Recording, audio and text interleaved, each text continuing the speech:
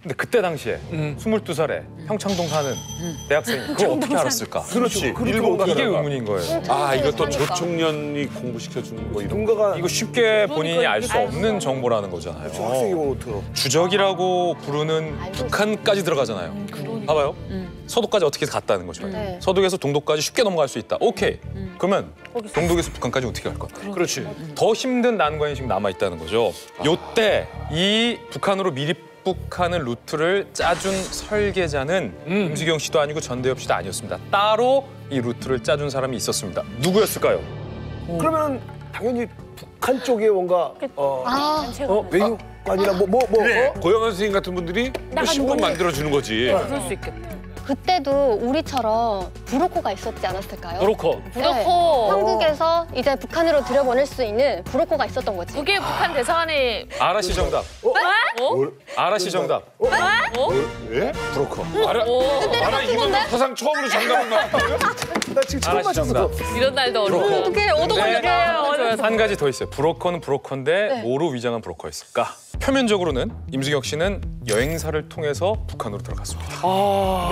여행? 그것도 패키지 여행 형식으로 들어갔어요. 북한 패키지 여행? 자, 가이드. 서독에 여행사를 차렸던 사장이 있었어요. 이영준 씨라는 서독 여행사 사장이었는데 파독 광부로 독일에 가서 아예 시민권까지 딴 독일 교포였어요. 근데 이 독일 교포가 여행사를 서독에 차린 거죠. 왜냐면 서독에서 동독으로 가는 포인트들은 되게 많았으니까 일반인들은 얼마든지 갈 수 있으니까 차 타고 가도 되고 관광 버스 타고 가도 되고 지하철 타고 가도 되고 다행했으니까. 그런데 이 여행사가 좀 수상해요. 왜냐면 이 여행사에서 파는 여행 패키지 상품들을 좀 제가 보면 그때 당시 금강산 관광 상품, 그때 당시 왜? 평양 관광 패키지, 소위 북한 전문 여행사였습니다. 89년도에 사실 이영준 씨는 아라 씨가 추측했던 것처럼 북한 미립국 브로커로 활약을 했던 거예요. 그러니까 본인과 뜻이 맞는 사람들을 위해서 북한에 들어가고 싶은 사람들을 관광객으로 위장시켜서 들여보냈던 거죠. 그런데 그때 당시에 이 이영준 씨랑 그러면 임수경 씨가 서로 사전에 짰냐 안 짰냐? 안 짰어. 임수경 씨는 도쿄에서 길이 막혀서 어떻게 북한 가냐 이러고 있을 때예요. 그럼 이영준 씨는 임수경이 일본에 와 있는지도 몰랐어요. 그때 평양에서 세계 축전이 있다고 하니까 갈 사람 없나 모집하고 있었던 차예요. 요거를 딱 양쪽 정보를 매치해준 측이 바로 어떻게 이걸 알고 귀신같이 전대엽이 매칭을 시켜준다. 근데 전대엽이 전대엽이 대학생이야. 여기 지금 임종석 씨도 지금 대학생일 뿐. 나 대학생이야. 터치가 안 돼. 당시에는 이제 그 해외에 그 민주화 운동을 하는 단체들이 많았거든. 근데 그 민주화 운동들이 상당 부분 이제 남한 정부에 비판적이다 보니까 약간 친부적 성격을 띄었고 거기에 이제 분명히 이제 북한에서 통일전선 전술 차원에서 누군가랑 또 연결이 되어 있을 테고 그다음에 이제 이분이 이제 브로커라기보다도 이분들이 그렇게 살다 보니까 결국은 생업이 돼버려 그게. 제가 이제 그 교민들 많이 만났거든요. 그때 이제 보신 분들이 되게 여행사, 그다음에 고려항공을 통해서 여행을 하거나 아니면 인삼 수입해서 팔거나 그밖에 뭐 태권도 도장하는 이런 분들이거든요. 그래서 생업 차원이었고, 그러니까 이게 무슨 뭐 공작원 차원 이런 문제는 아니에요. 정말 돈 벌려고. 네, 돈 벌려고. 그런데 요 임수경 씨가 어떻게 들어가냐면 동독에 있는 북한 대사관에서 어떻게 절차를 밟은 게 아니라 스위스에 있는 북한 대사관에서 이 여행사 사장이 북한 비자를 발급받아요. 그래서 서독에서 동독으로 들어가서 소련을 이용해서 평양으로 들어가요. 중국이 아니라. 그러니까 그 과정에서 북한 대사관이 뭘 믿고 비자를 내주냐라는 포인트에서 생계였지만 북한 쪽이랑 굉장히 밀접하게 연관이 있어서 생계지만 브로커 역할까지 했었던 거죠. 임수경 씨는 어쨌든 평양에 가서 46박 47일을 있게 됩니다. 어마어마한 이 시간 동안 스포트라이트는 집중이 되고 있고요. 자, 이 안에서 임수경 씨는 또 아주 충격적인 행보를 이어가게 됩니다.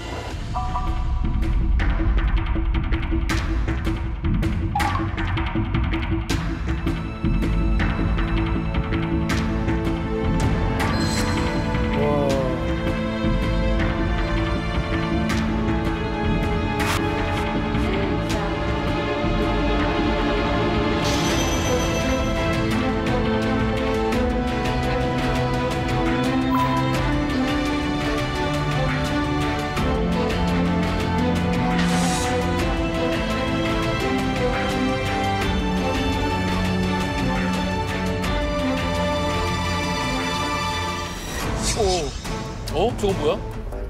사람들이 와서 우리 수경이랑 북한에도 저런 사람이 있어? 나도 처음 봤어. 북한이 아니 저렇게 저는 있었구나. 말려 지금.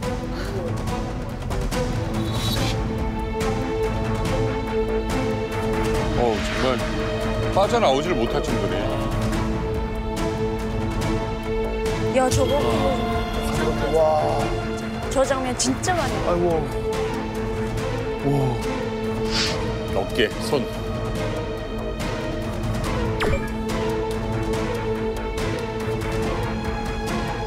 제가 돌아가면 이제 저는 믿습니다. 저를 모델로 해가지고 이제 저 아주 비슷한 사람을 찾기가 아마 힘들 거예요. 너무 이뻐가지고.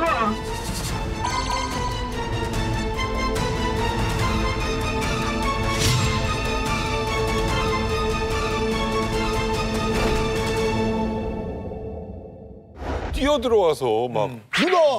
한번 안으려고 막 그 그러고. 와중에 남쪽에 우리 가족들한테 편지를 좀 그러니까, 전해달라고 그건 좀 짜네. 이산 가족분도 계시고. 그런 모습이. 어떻게 보였어요, 고 박사님? 근데 저 편지 주는 거는 카메라가 있는 데서 주는 거는 저건 짜서 준 거야. 아, 짜서 준 거야. 와. 그러면 안에 편지는 없는 건가요? 아, 그러니까 그게 누가 감히. 간첩으로 그냥 그 길로 누가 가는 감히. 아니요. 그렇구나. 안에 행운의 편지. 임수경 씨는 진짜인 줄 무슨 알았어. 그렇게 굉장한 사람이 아니잖아요. 아, 그렇죠. 그런데 쌩얼에 남한 사람인데 아. 그러니까 사람들이 막 밀려들어서 나도 한번 보자 그러는데 실질적으로 와서 막 안긴 사람들은 그건 진짜 막지 못했던 사람들이 온 거예요. 그럼 그건 진짜 돌발 행동 맞네. 그건 돌발행동 맞는데 어. 돌발행동처럼 가장한 편지 주는 것 같은 건 이상하죠. 우리 그건 아니죠. 찾아달라 이거는 아니고 그러네요. 그리고 너무나도 그 모습이 그러니까 능라 경기장에 가면서 김일성 앞에서 이렇게 손을 흔드는데 청바지에다 티셔츠 입고 저 운동화 신고 어디 김일성 앞에서 청바지에 티셔츠 입고 그래요. 그 김일성 만나서 포옹하고 툭툭 손도 다치고 이런 모습에다가 당당하잖아요. 그리고 어디에 가든지 원고 없이 말을 해요. 이게 그 김정일이가 이거 보고 굉장히 충격을 받아서 그게 쇼크였구나. 너네도 왜 이렇게 못하냐?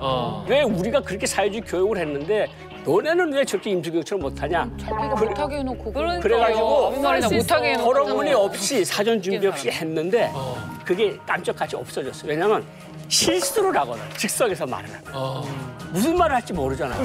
그러니까 자연히 없어져서 그건 없던 일로 됐는데 아, 다시 어쨌든 북한에서는 임수경의 하나의 아이콘으로 자리를 잡았다. 그럴 것 같아요. 난 그 오일 경기장 그 행사에 다 참가했던 사람이에요. 직접 배워보셨네요. 얼마나 끌려다니는지 몰라요 그때 끌려다녔어. 임수경 때문에 저 직군 중이니까. 기자니까. 취재를 해야 되니까. 기자직이 현장에 가야 돼. 근데 또 평양 시민이니까 또 평양시 모든 기관들이 총동원해서 저 행사를 보장했어요. 아니 기자님 그럴 때 안 나가면 어떻게 돼요? 안 나가고 집에 있으면 어떡해요? 안 돼요. 뭔 소리야? 아니, 여기 집 앞에 뭐 소집 그거는요. 안 나가면은 명단이 다 나와요. 명단이 나. 매부서에 누구 출석.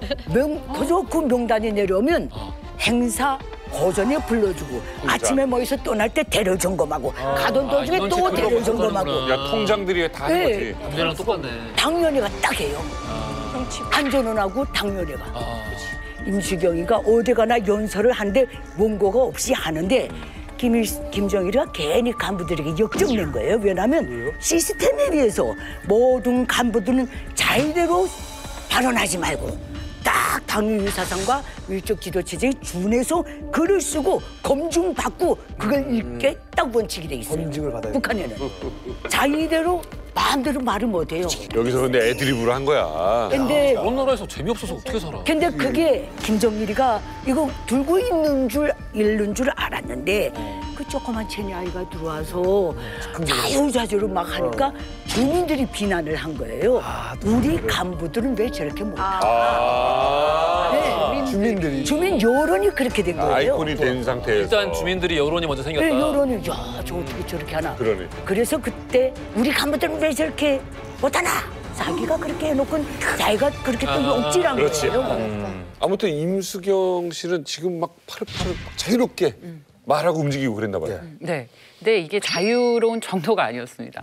앞서 이제 방북한 걸 패키지 상품을 비유를 하셨는데 예, 자유여행의 패키지 상품이었던 거예요. 자유여행 패키지. 자유여행. 아무것도 정해진 거 없이. 자유이용권이야. 자유여행 그렇죠. 오후에 5개만 탈 수 있는 게 아니라 자유이용권이야. 마음대로. 예. 그러니까 자기가 가고 싶은데 가고 가기 싫은데 안 가고. 근데 그러다 보니까 한 번 일화가 있었는데 이 간부가 임수경 씨한테 얘기를 하지 않고 카드 섹션 현장으로 데려갔어요. 너무 싫은 거예요 이게. 그랬더니 피하면서 지금 머리가 아프다. 온갖 핑계를 대면서 피했습니다. 당에서 시켜도 안 할 수 있구나. 그러니까요. 그런데 그렇게 할 수 있었던 이유는 임수경 씨가 북한에 가자마자 당 간부들에게 선전포고를 했습니다. 선전포고? 나를 체제 선동에 이용하지 말아라. 시작하자마자. 이거 명확히 알았구나. 똑똑하네, 그거는. 이렇게 얘기를 했기 때문에 그렇게 자유롭게 행동을 할 수 있었던 거예요. 근데 많이 이용해서 저희는 교과서로 배웠는데요. 역이용 당했죠. 많이 이용 당하긴 했어요 가서. 그거는 임수경이 없는 데서 뒤에서 임수경이가 어떻게 나가든 북한 당국은 체제 선전으로 나가게 딱 돼 있기 때문에 그건 임수경의 죄도 아니요. 그래 그렇게 보는데 어떤 경우도 위대한 김일성이 어쩌고 민족의 태양이 이런 말 일절 안 했어요. 딱 조선은 하나다. 우리는 오라나무로 가자 부로. 오라나무로요? 그때 전대협 부호가 그랬대요. 우리가 선전받은 거는 조선은 하나다. 그렇지. 선언 하나다. 이것만 계속했지 절대 북한 체제에 대해서는 말을 안 했어요. 그러니까 그것도 원래 당에서는 조선은 하나다로 하라고 했는데 조선은 이제 북한을 일컫는 말이니까 조국은 하나다로 바꿔가지고 얘기를 했다고. 아니 근데 쌍킴 이게 지금 막 어깨에 손을 내고 이게 굉장히 쇼킹한 일이라고 하는데요? 더 쇼킹한 일이 있었습니다. 정말 자유로운 영혼이었어요. 그 임수경 당시 학생이죠. 22살짜리. 3대 쇼킹 사건이 있었습니다. 뭐야. 첫 번째가 뭐냐면 소년 문화궁전인가? 거기 가가지고 빨간 예고 표를 이렇게 내줬어요. 임수경 학생한테. 누가 했어요? 학생들이. 학생들이. 근데 임수경 학생이 그걸 풀어서 바로 테이블에 놔버렸어요. 그걸 옆에 있던 학생들이 기겁을 했다고 하죠. 왜? 왜 풀었을까? 더워서. 여름이야. 그건 약간 자, 인간적으로. 생각보다 뭐야? 의미가 뭐야? 이게 왜 기겁을 하냐? 조선소년단이 조선노동당의 제일 그러니까 새싹들을 키워내는 그런 조직이거든요. 그래서 8살에 무조건 입단을 해야 돼요. 그 상징이 이제 배지랑 그러니까 빨간 과거 삼각스터. 우리나라를 일제놈들에게서 건진 그 투사들의 손녀들의 피가 손녀들의 피를 형상한 게 바로 붉은 넥타이예요. 쇼킹 이벤트 넘버 2가 뭐냐면 가극을 보러 갔어요. 꽃 파는 처녀라고. 저거 봐야죠. 꽃분이. 그러니까 지주한테 당하는 이제 꽃분이가 정말 불쌍하잖아요. 그러니까 다 끝난 다음에 이제 꽃분이가 주인공이에요. 이제 그 임수경 그 당시 학생이 이제 꽃다발을 들고 이제 올라갔어요. 무대 위로 쫄래쫄래 꽃다발을 주기 위해서. 당연히 이제 꽃분이 역할을 했던 그 지주의 핍박을 받았던 그 어린 학생이 받을 줄 알고 딱 이렇게 했는데 스쳐 지나가면서 지주 역할을 한 사람한테. 왜 그러냐면 꽃다발은 지금까지 다 꽃분이가 받았을 거 아니냐. 지주 역할한 배우는 안 받았을 거 아니냐. 그래서 나는 그 약간 소외감을 느끼는 그 배우에게 악역이니까. 그 오징어 게임 할아버지 얘기 중. 악역한테 주겠다. 드디어 굉장히 대박 쇼킹 넘버 3가 뭐냐면 김일성 당시 주석이 임수경 학생에게 선물을 하나 줬어요. 쇼를. 매라고 목에. 스카프 같은 거를. 주최 쇼를 줬군요. 주최 쇼를 준 거예요. 이건 진짜 가져왔으면 대박이다. 이거만 거기 바보 아니에요? 완전 바보죠. 대대선선. 국보 1호. 그러니까 가보인데 같이 수행하던 수행원이 딱 보니까 임수경 목에 있어야 될 김일성 쇼리 없는 거예요. 어디 갔냐고 했더니 아 맞다. 깜빡 저기 내가 넣고 왔네요라고 선물로도 그런 천진난만한 발언을 해가지고 기겁을 했다고 하죠. 이거 큰일 나는 거죠. 완전 큰일. 북한에서는 불가능한 일이죠. 장군님께서 주신 가보면 평생 집에서도 제일 좋은 자리. 그다음 모셔두고 그냥 바라만 봐도 감격하면서 평생을 살아야 되는데 목에다가 거는 자체가 그거는 목에 걸면 안 돼요? 거는 자체가 이거는 진짜 감히 부모님 드신 걸 목에다 걸다니. 번시해야 되는데. 깜빡했어요.